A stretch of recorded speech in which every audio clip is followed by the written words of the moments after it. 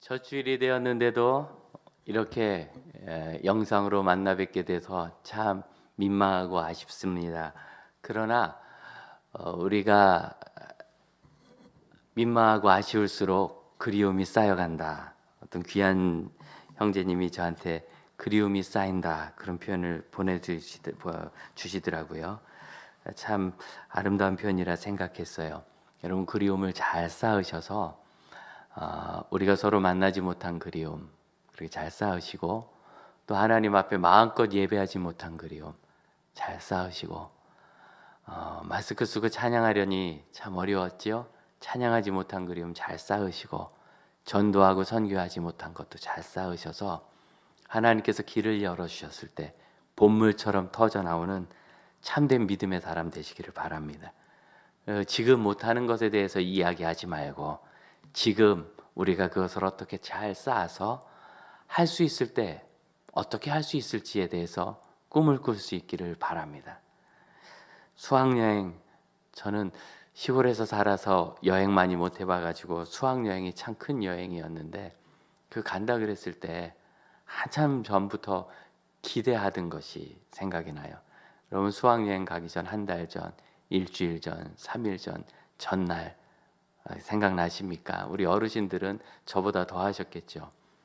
그때 일주일 동안 수학여행 못 가서 큰일 났다, 한 달 동안 못 가서 큰일 났다, 답답하다, 그런 사람 없잖아요.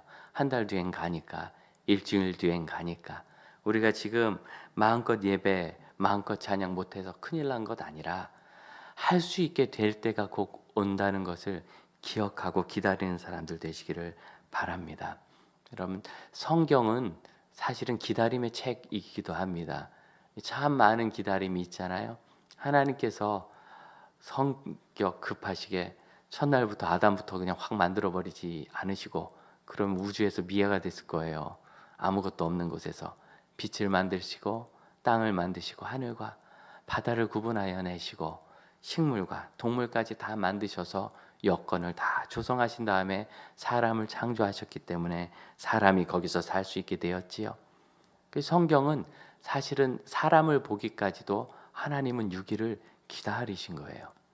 아담이 아내를 맡기 위해서 기다려야 되지 않습니까?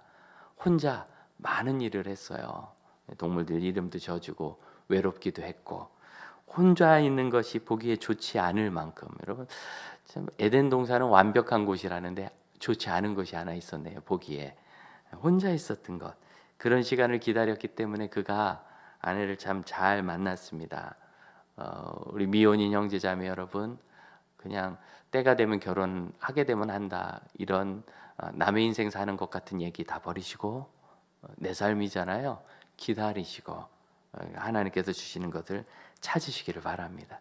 직장을 찾으시는 여러분, 잘 기다리시고 하나님께서 주시는 좋은 선한 직장을 꼭 만나실 수 있기를 바랍니다. 성경은 많은 기다림이 우리에게 있음을, 그리고 우린 지금도 기다리죠. 예수께서 다시 이 땅에 오셔서 우리를 구원하시고 하나님 나라 이루시기를 기다립니다. 그런 기다리는 역사 속에 우리가 있으면 기다리는 동안 어떤 사람이 되어야 되는가를 생각해야 되는 거죠. 결혼을 기다리는 것이 중요한 게 아니라 참 좋은 배우자가 되어 있어야죠. 내가 그래야 기다린 나의 상대편도 보람이 있지 않겠어요? 요구하기보다는 준비되는 사람. 짧게 산 인생이지만 정말 틀림없는 것은 한두 번, 아주 짧은 기간은 준비된 것과 상관없이 사는 일도 있지만, 그러나 길고 중요한 일일수록 틀림없이 준비된 만큼 그 사람이 쓰임받고, 준비된 만큼 행복하고, 준비된 만큼 일이 잘 되더라고요. 여러분 그런 거 기억하시고 이 시간을 하나님 앞에 잘 준비하는 믿음의 시간 삼으시기를 축복합니다. 이 51장 이사야 선지자로 통하여 우리에게 주신 말씀은 하나님께서 직접적으로 선포하신 말씀, 그래도 결국 이사야에게 들려주셔서 이사야가 전한 이야기겠지만 하나님께서 하신 이야기가, 그리고 또한 하나님께서 하신 것은 맞지만 성경 말씀이니까 이사야 선지자의 생각이나 기도 가운데 나온 이야기, 이 두 이야기가 교차되어 나와요. 예를 들어서 9절 보세요. 여호와의 팔이여 깨소서. 이건 여호와께서 하신 말씀은 아니죠. 여호와께서 여호와의 팔이여 깨소서 이러진 않았을 거 아니에요. 그러니까 이건 선지자 이사야의 기도입니다. 무엇을 기도하는가? 12절 보면 9절 깨소서 했을 때 보면은 그 내용 9절부터 11절까지를 보면 하나님께서 여러 가지 징계와 그 징계로 인하여 패망당한 이스라엘을 회복하실 것을 그렇게 기도합니다. 11절 구속받은 자들이 돌아와 노래하며 시온으로 돌아오니 영원한 기쁨이 그들의 머리 위에 있고 슬픔과 탄식이 달아나리이다. 오늘 예배 시작하면서 묵상하는 가운데 이 구절 말씀을 제가 봉독해 드렸는데요. 2021년 하나님께서 그렇게 돌아오게 하시는 해 되시기를 축복합니다. 그걸 하나님 앞에 이사야 선지자가 기도하는 거예요. 그랬더니 12절 이르시되, 누가 이르셨겠어요? 하나님께서 이르셨겠죠. 그러니까 이것은 이제 하나님의 말씀이 나오는 겁니다. 너희를 위로하는 자는 나 곧 나이니라. 하나님의 이 선언이 너무 마음에 크게 와닿지 않습니까? 누가 너희를 위로하느냐? 나 곧 나. 두 말이 필요 없어요. 하나님, 그 하나님.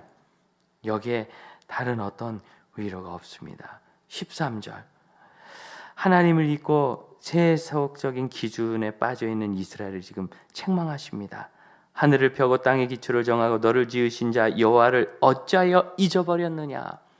잊었다고요? 하나님, 저희 하나님 잊은 적 없어요. 하나님 늘 생각했어요.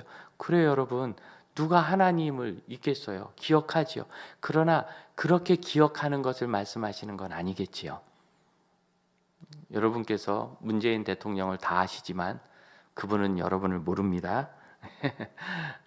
내가 그렇게 문재인 대통령을 알고 그분이 나를 국민의 한 사람이라고 그냥 국민 중에 누가 있겠죠. 5천만 중에 한 사람이. 그렇다고 해서 우리가 서로 기억하고 있다고 말하진 않습니다. 그냥 아는 것뿐이죠. 여호와께서 잊었다라고 말씀하신 것은 이스라엘 백성 누가 여호와 하나님을 모르겠어요. 다 알고 기억도 하지만 그의 삶과 영혼, 마음 중심에 하나님의 임재에 대한, 내가 하나님의 백성이라는, 하나님의 사람이라는 분명한 자의식이 없을 때, 그래서 너희를 멸하려고 준비하는 저 학대자의 분노를 어찌하여 항상 종일 두려워하느냐? 두려워해요. 자신들을 압제하는 사람들을 두려워하고 나를 해칠 수 있다 생각하는 여러 가지 환경과 사람들을 두려워합니다. 왜? 하나님을 잊었기 때문이에요. 그래서 하나님은 그것을 책망하시죠. 그렇게 책망하고 끝나지 않고 14절 결박된 포로가 놓일 것이니, 이렇게 해서 회복된 이스라엘을 약속해 주십니다. 이런 건 하나님께서 하신 말씀이에요. 그렇게 회복된 선언이 15절, 16절, 17절에 있습니다. 15절은 뭐라고 하느냐면 그의 이름은 만군의 여호와니라. 마지막 부분에 이야기하죠. 여호와라 선언하시고 16절 내가 내 말을 내 입에 두고 내 손을 그늘로 너를 덮었다. 여러분 지금 결국은 이 말씀은요 15절부터 16절 보면 15절의 마지막은 그의 이름은 만군의 여호와라, 15절 시작은 나는 내 하나님 여호와라 이렇게 시작하죠. 16절 마지막 보면 너는 내 백성이라 말하기 위함이라 이렇게 돼 있죠. 그래서 성경에서 하나님과 우리의 관계, 기억하고 있는 관계는 뭐냐면 우리는 하나님을 하나님 저의 하나님이십니다, 저는 하나님의 백성입니다 라고 고백하는 것이며, 하나님은 나는 내 하나님이라 선언하시고 너는 내 백성이라 선언하시는 겁니다. 이 하나님과 우리, 하나님과 하나님의 백성, 하나님과 하나님의 자녀들, 이 관계가 성립되는 것, 이것이 바로 서로를 기억하는 거예요. 그런데 하나님은 저희를 당연히 잊은 적이 없으십니다. 문제는 사람 편에서 우리가 하나님을 잊습니다. 하나님을 잊으면 두려워하십니다. 오늘 26절 말씀 보면 하나님께서 두 가지 일을 우리에게 하시는데, 첫 번째는 내가 내 말을 내 입에 두고 라고 하시죠. 하나님의 말씀을 우리의 입에 둡니다. 하나님의 말씀을 우리의 입에 두시는 이유는 우리가 두려워하기 때문입니다. 여러분 두려워하시게 돼요. 하나님을 기억하지 않으면. 무엇을 두려워합니까? 이 세상에서 우리를 해칠 사람들을 두려워해요.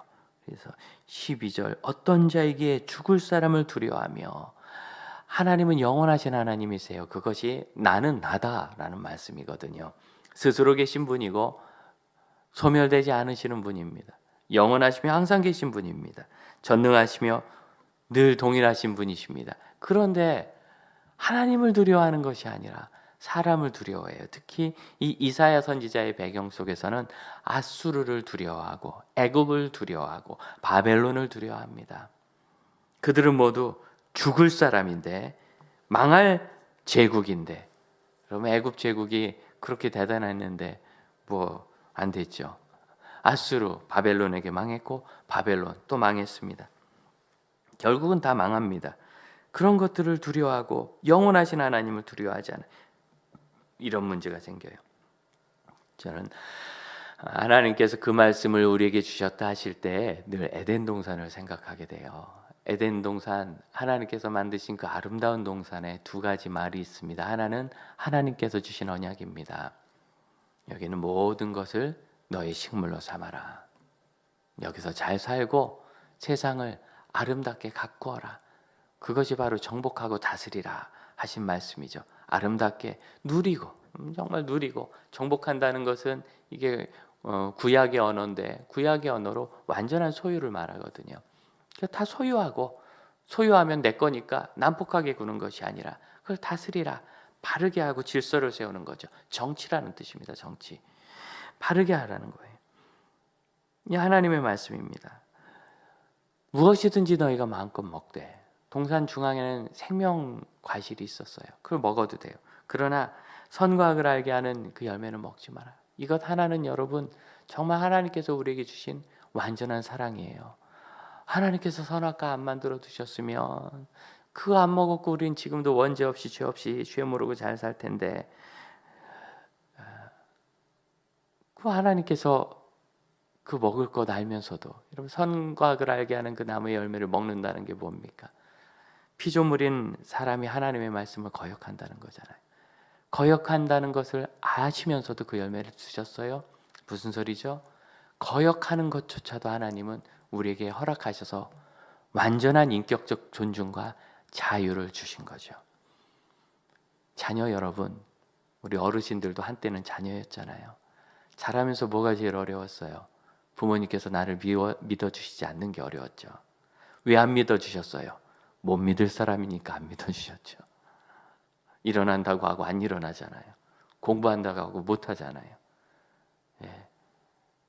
몸에 해로운 거 안 먹겠다고 해놓고 또 드시잖아요. 여러분 스스로는 자기를 믿으십니까? 저는 제 자신을 참 못 믿을 사람이라고 너무나 자주 생각합니다.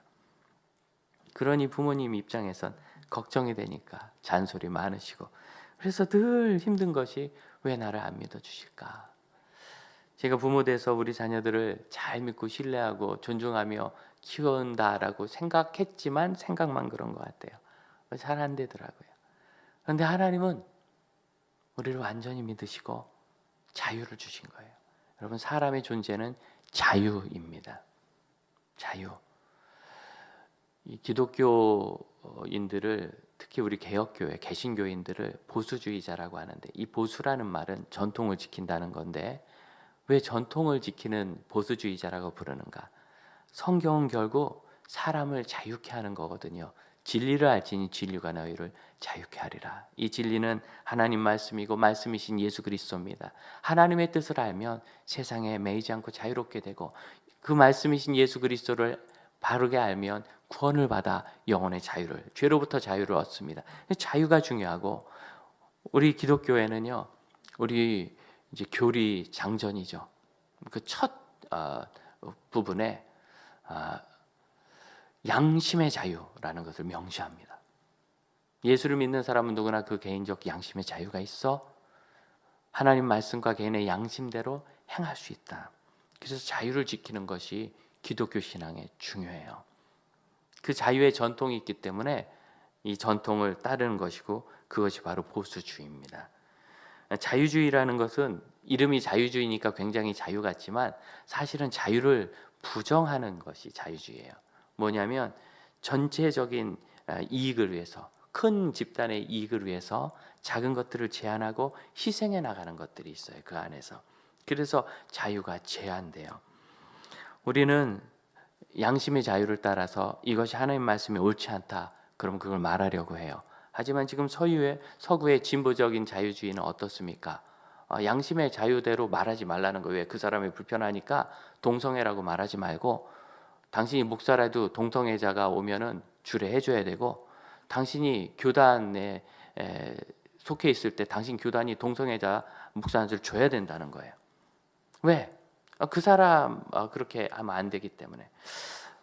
개인의 자유와 자유에 따라 결정할 것을 허락하지 않는 거죠.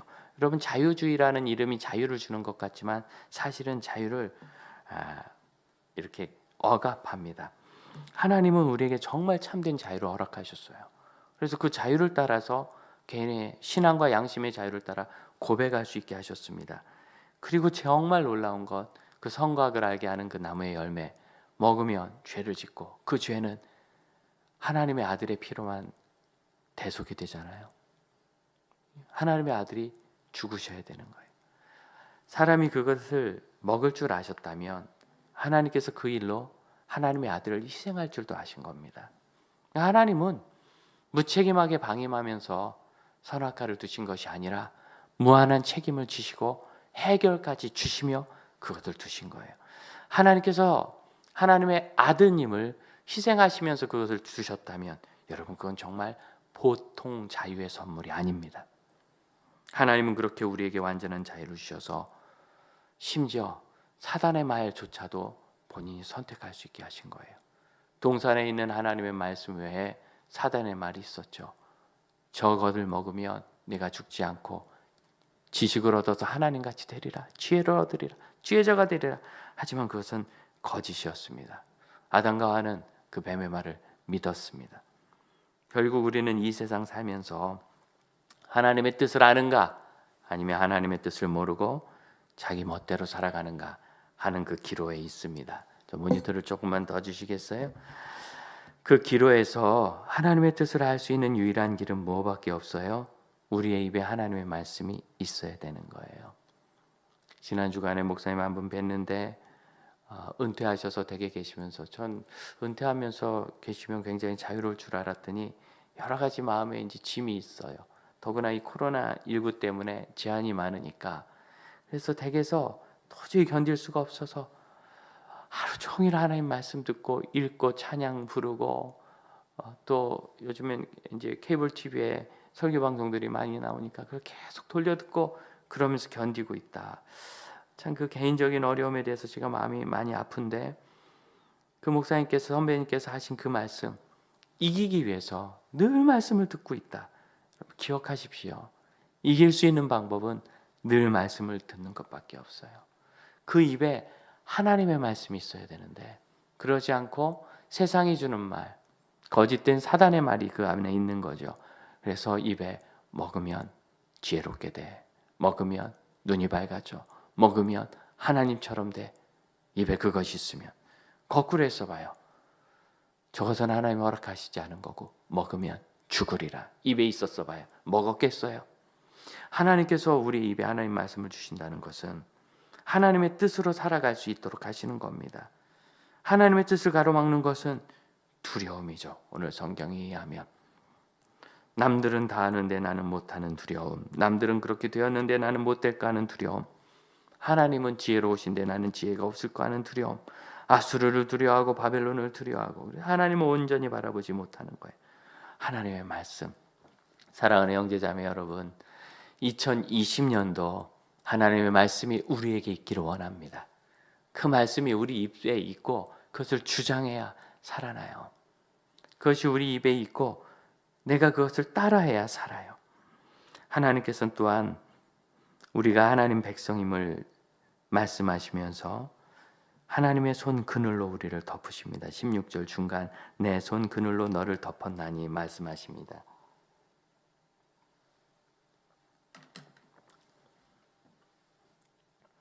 이 그늘이라는 것은 성경에서 위기에서는 보호하는 거예요. 위기에서 어떻게 보호하시는가? 그늘로 가려주시고 숨기시고 숨기시며 하나님의 손 위로 덮어주셔서 보호하시는 것.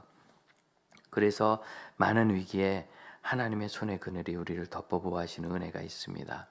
여러분 그 은혜를 붙잡고 살아가시를 축복합니다. 또한 이 손 그늘로 덮으신다는 것은 이것이 손이지요. 하나님과의 더 친밀한 관계를 말합니다. 여러분 손 그늘로 덮으면 그 손 안에 내가 있는 거죠. 손 그늘로 덮으시면 하나님과 나만 있는 거예요. 손 그늘로 우리 가정을 덮으시면 하나님과 우리 가정만 있는 것이고, 손 그늘로 교회를 덮으시면 하나님과 교회만 있는 것입니다. 믿음의 사람들을 개인으로, 가정으로, 교회 공동체로, 또 선교지에 계신 우리 선교사님들 손 그늘로 그 선교지를 덮으시면 그 안에 선교사님과 하나님이 계신 겁니다. 이 기가 막힌 이 교제, 이것은 손 그늘 안에 있기 때문에 바깥에는 드러나지 않은 것이고 내부의 것이기도 해요. 예수님께서는 마태복음에서 하나님의 진리를 말씀하시면서 이 그늘 아래에 있는 관계를 설명하셨는데, 마태복음 6장을 보면 세 번의 은밀함에 관한 이야기가 나옵니다. 6장 4절, 구제를 할 때는 은밀한 중에 하면 은밀한 중에 보시는 내 하나님이 갚으시리라. 왜 은밀할까요? 구제하는 그가 하나님의 손 그늘 안에 있기 때문이에요. 은밀하지 않습니까? 6절은 너는 기도할 때 골방에 들어가 문을 닫고 은밀한 중에 계신 내 아버지께 기도하라. 은밀한 중에 보시는 내 아버지께서 갚으시리라. 그럼 골방에 하나님이 계시답니다. 저는 이 골방이 하나님의 손 안에 있는 것이라고 말하고 싶어요. 조그만 방, 뒷방, 구석방, 다락방, 그런 의미가 아니겠죠. 이건 상당히 상징적이고 은유적인 의미인데, 하나님과 나와의 단둘이 있는, 하나님께 집중하며 사람에게 보이려고 하지 않는 하나님과의 관계를 바라보는 것.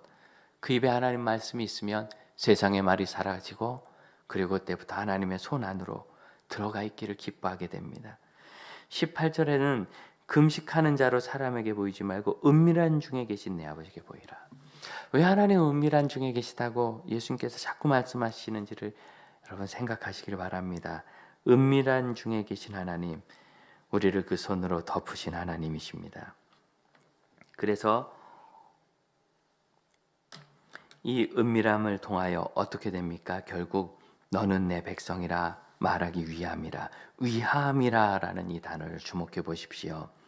이게 히브리어 성경을 보면 로라는 전치사 하나인데 그냥 자음 하나로 돼 있어요. 이 전치사가 있으면 그곳에 이르게 된다, 도달하게 된다, 그 수준이 된다, 뭐 그런 의미거든요.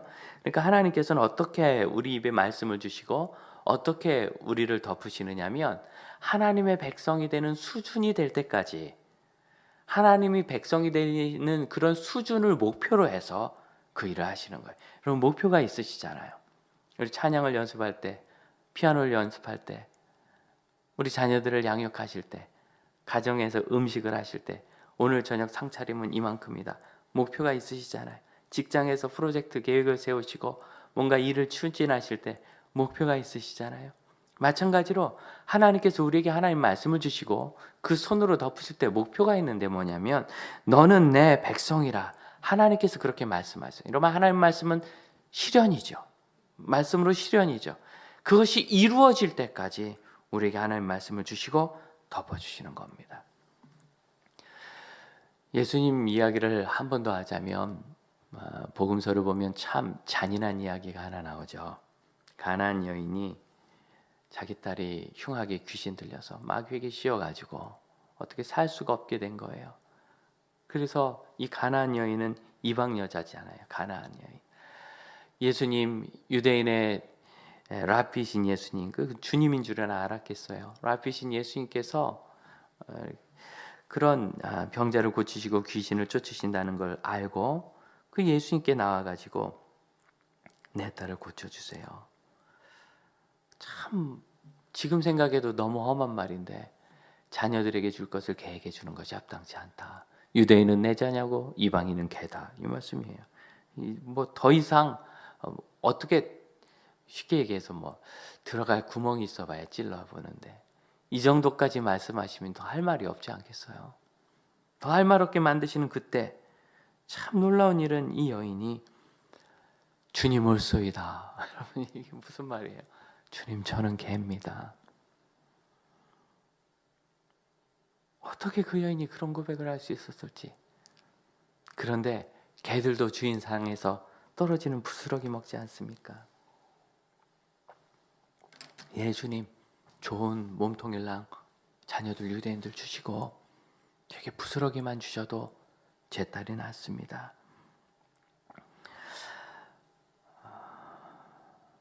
내 믿음이 너를 구원하였으니 평안히 가라. 이 음성을 듣기까지 그 여인에게 있었던 괴로움, 어려움, 고통. 그런데 이 여인이 주님 앞에 와서 구원을 요청할 때, 제 딸을 구원해 주세요 할 때 이 여인을 덮었던 하나님의 손은 뭐죠? 험한 말이었어요. 자녀들의 떡을 개에게 주는 것 옳지 않다. 이 여인을 덮었던 하나님의 손의 그늘은 험한 말인데 그 험한 말을 이 여인이 예수의 말씀을, 그 험한 말씀을 자기 입에 넣고 예 주님 저는 개입니다. 코로나19 시대를 지내는 형제자매 여러분, 착각하지 마세요. 나는 이런 전염병 당할 사람 아닌데 내가 이런 거 당하고 있다.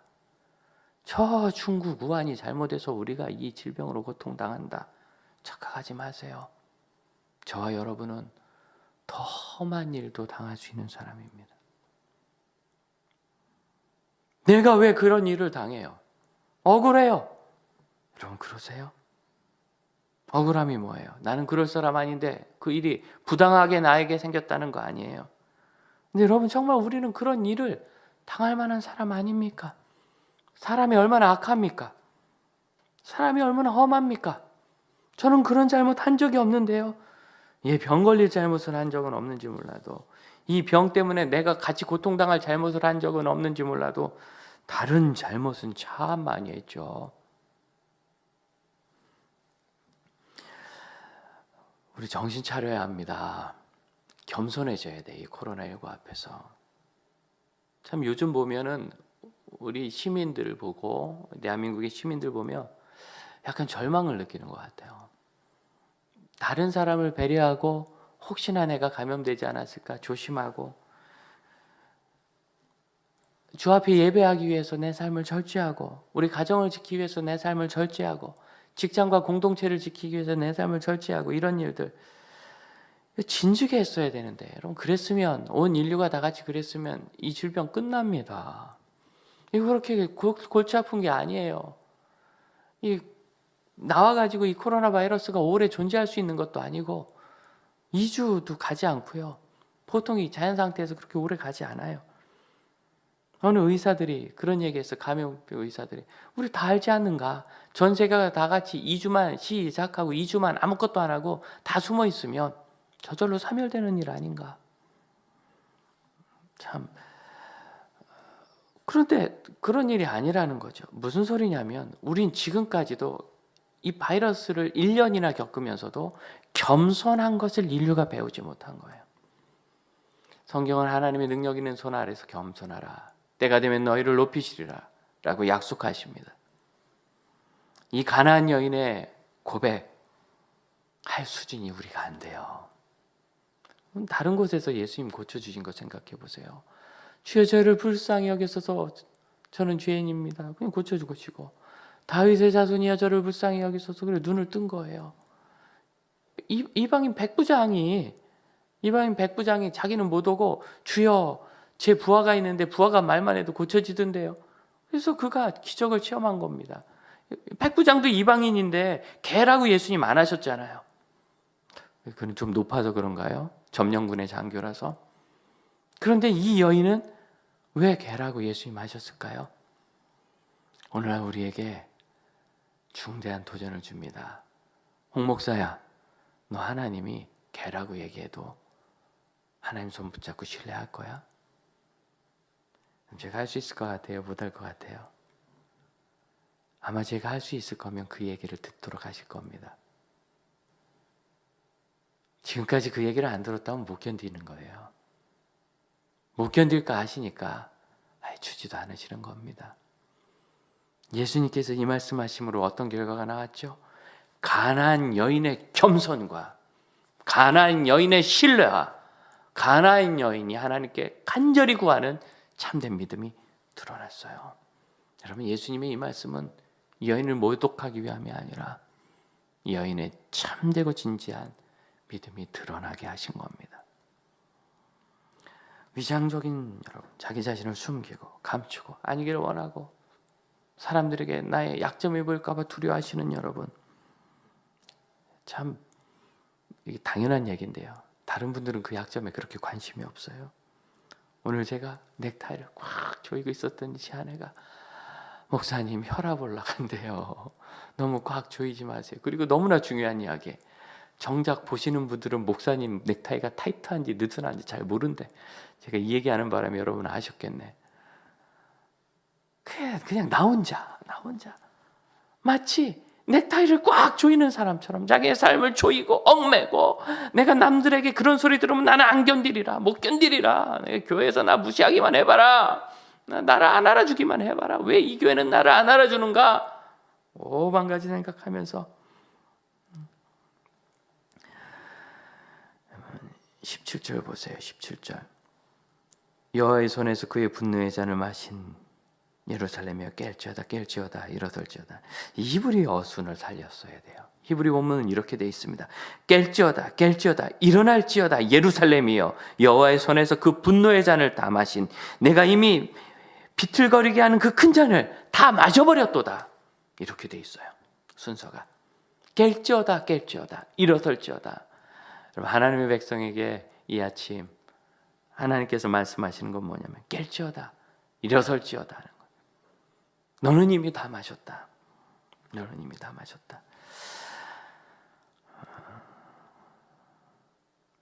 참 궁금했습니다. 예수님 만나고 왜 하나님은 나를 술 주정하시는 아버지님께서 자라게 하셨을까? 내 친구는 그래, 누구야? 너 이제 커서 하나님 종 될 사람이니까, 주의 종 될 사람이니까 이렇게 해라. 성경 읽어주시고 말씀 가르쳐주시고 그랬는데 나는 왜 그렇게 자랐을까? 한 15, 16년 전 같아요.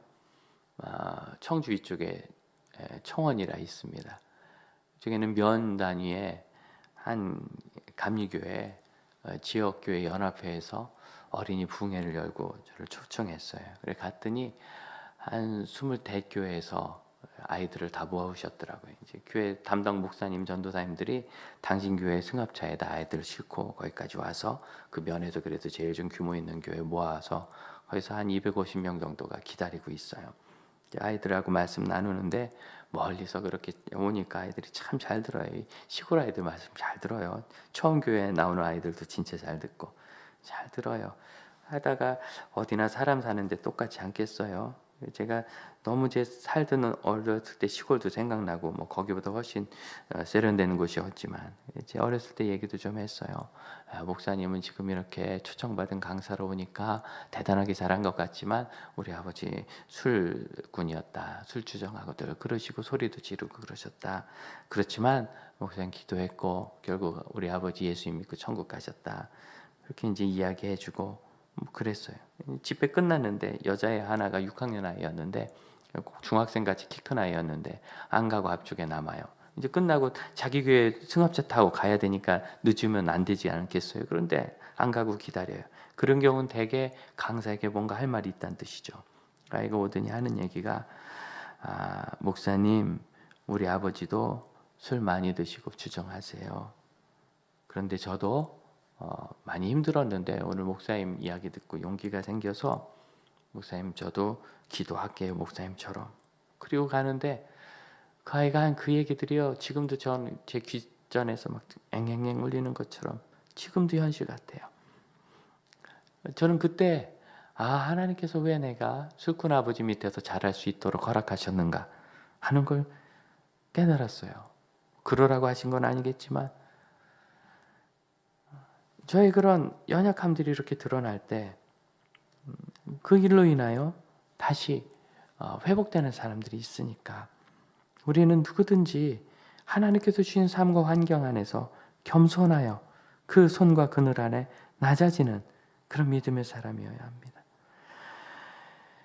이사야서보다 600년 전에 하나님은 다른 방식으로 덮는 일을 하셨습니다. 출애굽기 8장에 개구리와 메뚜기로 애굽 땅을 덮으셨답니다. 14장엔 홍해 바다로 애굽의 군대를 덮으셨답니다. 하나님과의 관계가 바르지 못하면 하나님이 덮으시는 것이 그런 재앙과 같이 느껴집니다.